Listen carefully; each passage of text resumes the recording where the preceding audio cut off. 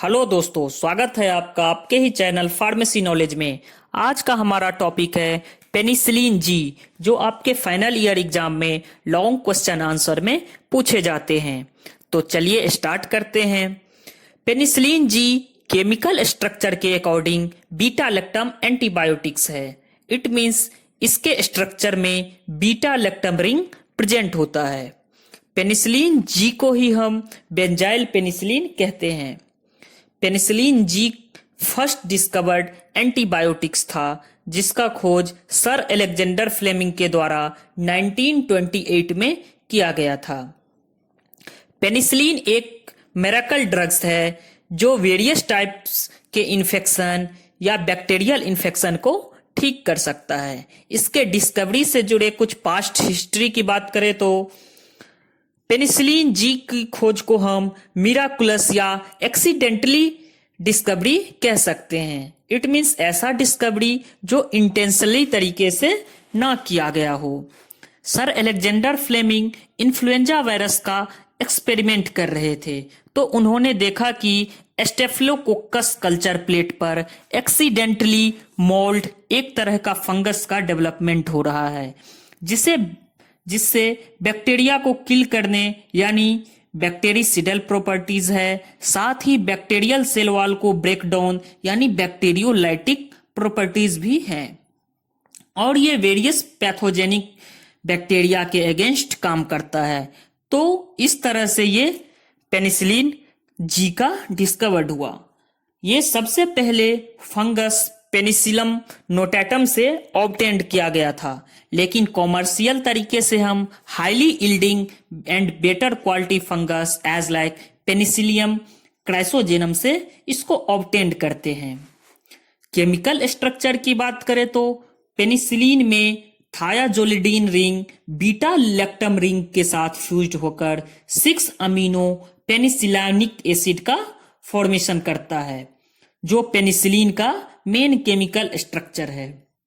आप डायग्राम में देखेंगे फर्स्ट पोजीशन पे थायाजोलिडीन रिंग है और सेकंड पोजीशन पे बीटा लैक्टम रिंग है, जो साथ में फ्यूज होकर 6 अमीनो पेनिसिलानिक एसिड का फॉर्मेशन करता है।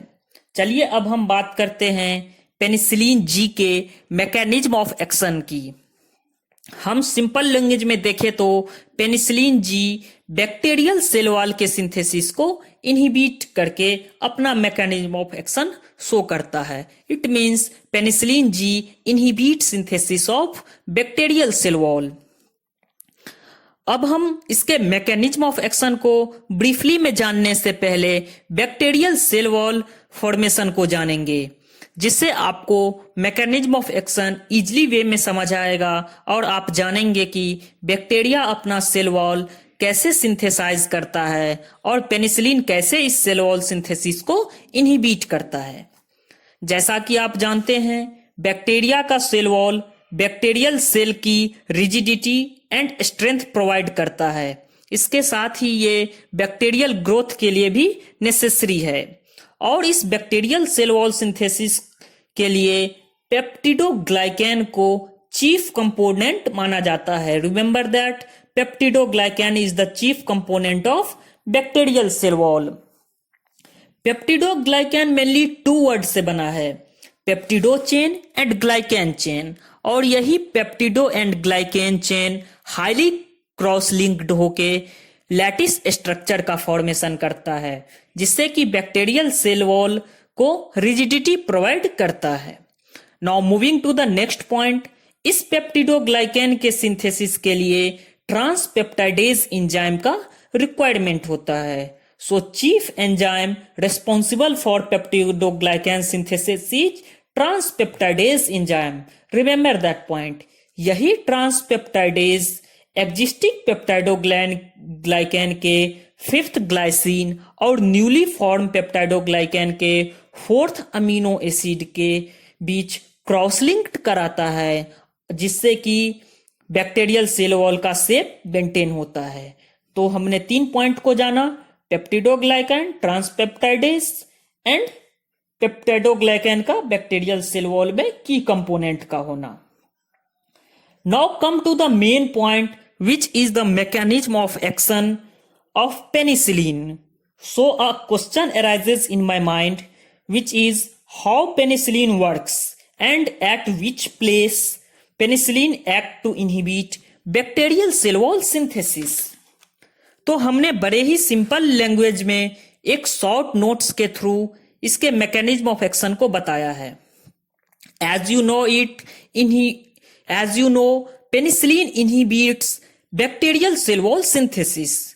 तो हम जानेंगे कि पेनिसिलिन ट्रांसपेप्टिडेज एंजाइम को इनहिबिट करता है, जो पेप्टिडोग्लाइकैन सिंथेसिस का मेन केमिकल कंपोनेंट है. इसके इनहिबिशन से पेप्टिडोग्लाइकैन का सिंथेसिस इनहिबिट हो जाता है और आप सभी जानते हैं बैक्टीरियल सेल वॉल के सिंथेसिस के लिए चीफ कंपोनेंट पेप्टिडोग्लाइकैन है. अगर उसका ही सिंथेसिस इनहिबिट हो गया तो बैक्टीरियल सेल वॉल का ब्रेकडाउन होगा, जिससे बैक्टीरिया खत्म हो जाएगा.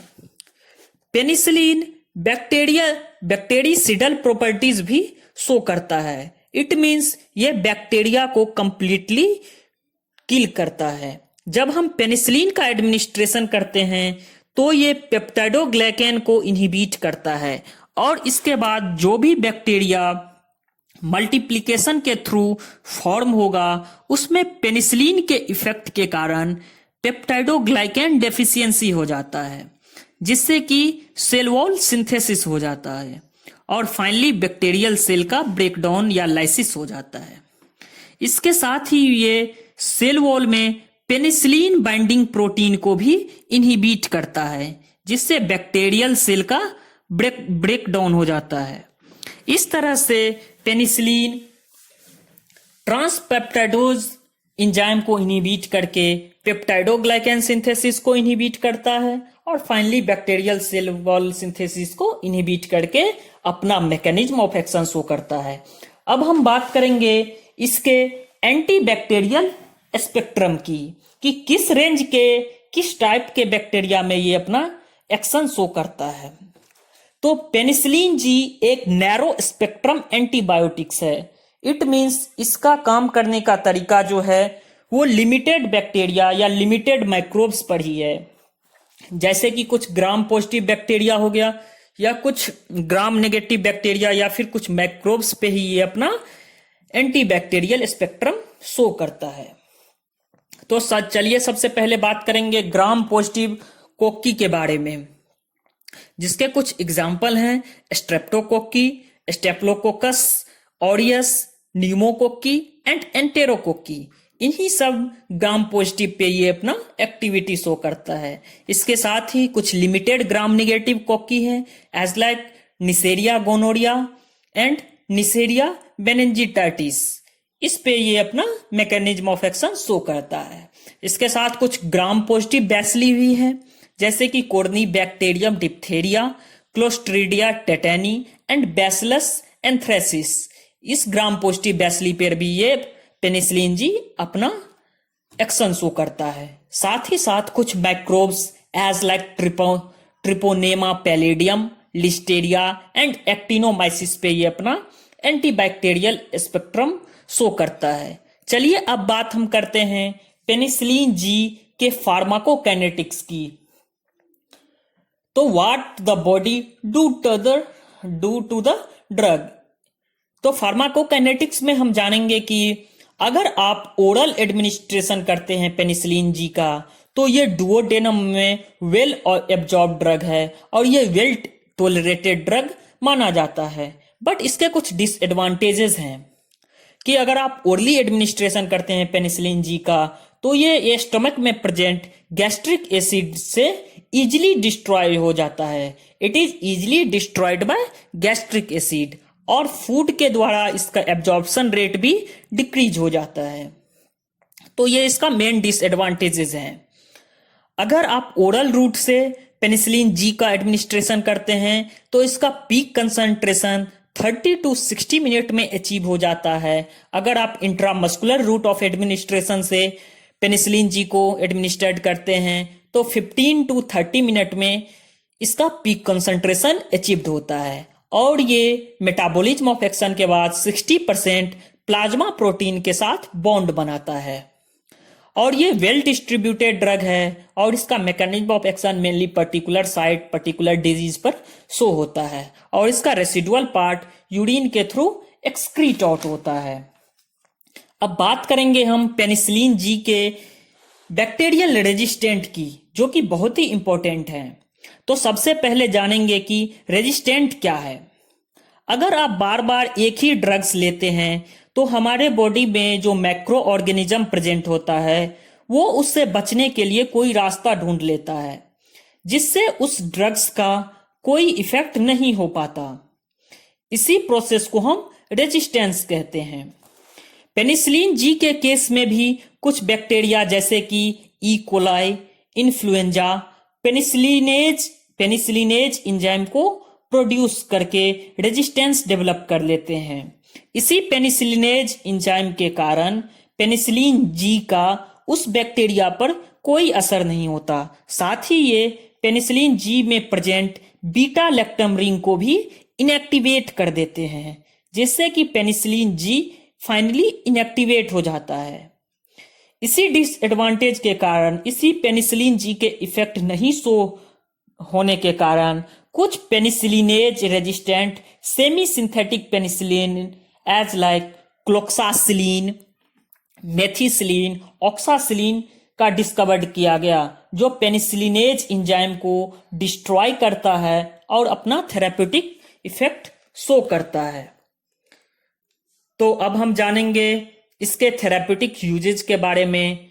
तो फर्स्ट जो है pneumococcal infection. Pneumococcal infection as like pneumonia, meningitis, pericarditis के कंडीशन में हम पेनिसिलिन जी का यूज करते हैं। सेकेंड है streptococcal infection as like pharyngitis, mastoiditis, otitis media के केस में हम पेनिसिलिन जी का यूज करते हैं। थर्ड पॉइंट है सिफिलिस एंड गोनोरिया के केस में भी हम पेनिसिलिन जी का यूज करते हैं। मेनिंजोकोक्कल इन्फेक्शन होने पे भी हम पेनिसिलिन जी का यूज करते हैं। बैसिलस एंथ्रेक्स द्वारा प्रोड्यूस जो डिजीज है एंथ्रेक्स, उस केस में भी हम पेनिसिलिन जी का यूज करते हैं। कोर्नी बैक्टीरियम डिप्थेरिया के द्वारा जो डिप्थेरिया प्रोड्यूस होता है उस केस में भी हम पेनिसिलिन जी का यूज करते हैं। टिटनेस के ट्रीटमेंट में भी हम पेनिसिलिन जी का यूज करते हैं। इसके साथ ही गैस गैंग्रीन में भी हम पेनिसिलिन जी का यूज करते हैं। इस तरह से हमने देखा कि पेनिसिलिन जी का वाइड यूज होता है। अब बात करेंगे इसके एडवर्स इफेक्ट की कि पेनिसिलिन जी अपना क्या साइड इफेक्ट, क्या एडवर्स इफेक्ट हमारे बॉडी पे शो करता है। तो allergic reaction as like flushing, pruritus, hypotension and asthma जैसे कंडीशन हमारे बॉडी में शो होता है।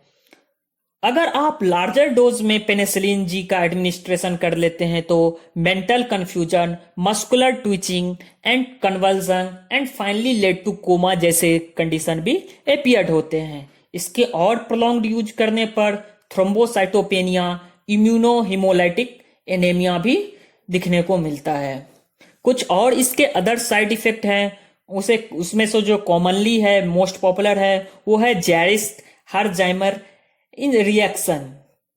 आप सभी जानते हैं सिफिलिस के ट्रीटमेंट में भी हम पेनिसिलिन का यूज करते हैं। तो अगर सिफिलिटिक पेशेंट को अगर हम पेनिसिलिन इंजेक्टेड करते हैं तो कभी कभी उसमें shivering, fever, myalgia, exacerbation of lesion and vascular coma collapse जैसे कंडीशन अपीयर्ड होते हैं। इसी को जेरिक्स हर्जाइमर इंडेक्स रिएक्शन कहते हैं।